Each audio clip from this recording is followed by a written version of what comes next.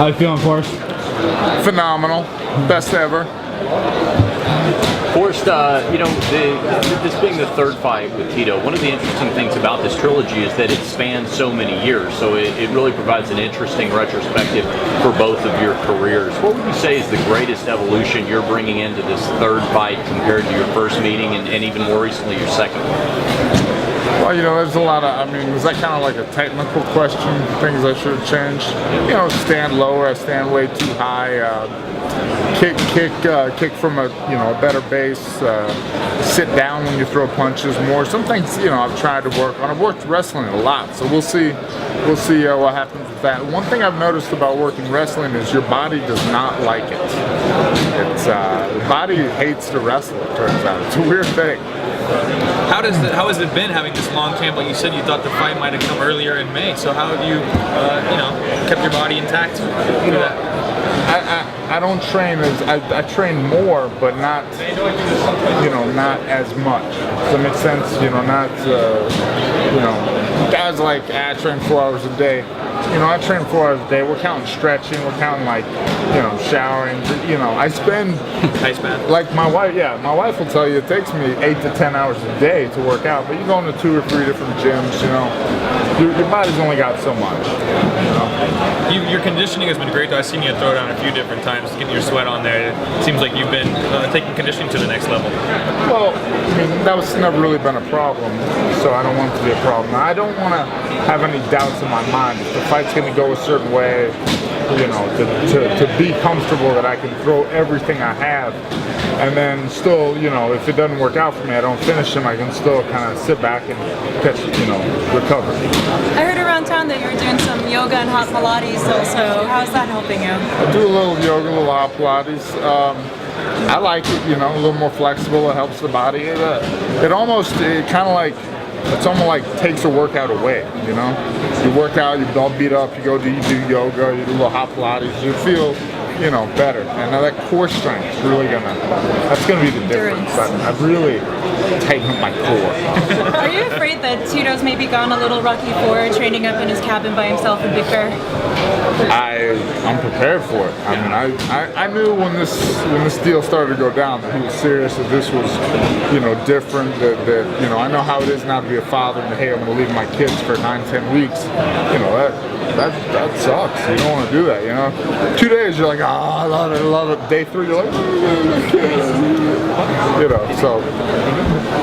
Watching you and Tito up there in the press conference, of course, Tito's last fight of his career is going to the Hall of Fame. He was being, very introspective about his relationship with other fighters, with the media. You've been in the game a long time too. How much of that can you relate to, your experience with media, things outside of the cage? Your fingernails are just messing me up. What was the question? The question is, with Tito being so introspective about about his show in the 90s, The Rock? Who's the guy? Headbangers Ball. Remember that? Oh, sure. Ricky Rockman. Ricky, yes. Huh? All right. Just look me in the eye. Throw that out. Okay. Yeah, ignore the nails. Okay. So with Tito being so introspective about his career, talk about his relationship with the media. The things that maybe he's enjoyed. Here's the thing. I don't mean to be rude, but Tito's head is Tito's head, man. I don't want to climb in there.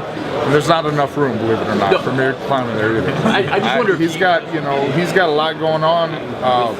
My thing is that I know he's going to come in fired up and emotional. Be ready. There's a storm coming. I know. I know it's coming. I know. I just wonder if you could relate to the things you've enjoyed more or less outside of the cage. The red tape, dealing with the media, that kind of thing. Tito said he'd fight for free. It's the training you get paid for. Why train for free? I used to pay people to train. I kind of still do, actually. I really like training. This is what stresses me out. It's not that you guys are doing anything wrong. It's just that, I care. I want to perform well. I want to win. For some reason, I want people to like me. It's a weird thing. It's like a disease. And, I want to impress people. I want people to say, shit, man, I got my $60 for it, But do you consider this a legacy fight? And if so, what is it? For him, for me, well, this is the only time I've ever fought somebody 3 times. So, for better or for worse, we're going to be, to some extent, inexorably linked, Forrest, have you watched the Ultimate Fighter Brazil? I have not. I do know Caesar though. He worked out here for like a year. He was the first champion. Yeah. Any advice for him to be the first champion? No. I mean, he's with Vitor. He's doing all the right things. You know, he won, so he doesn't need a whole lot of advice. Yeah, I've worked with him. He's a really good fighter. I think he'll do well. Yes, and you don't saw the other champion, Ronnie Jason. I don't know. No. And just another question for Brazil. You fought Anderson and Chalsone. What the difference between the styles and what do you expect about the main event? The difference was also about 7 years between fighting those guys. So, you know, I don't know, man. I'll tell you this. I am absolutely horrible at betting on fights and picking winners. So, I don't know. This is a tough sport to call, you know? Weird things happen. As far as your MMA career goes, would you have actually continued to fight if it hadn't have been for the Ultimate Fighter and winning that season? Yeah. I had a big money fight lined up at heavyweight for $500 that I was actually trying to get the leave time in to go do. That's taking your career in your hands, you know. Like, I don't want to throw the right too much. If I break my hand, I can't go to work.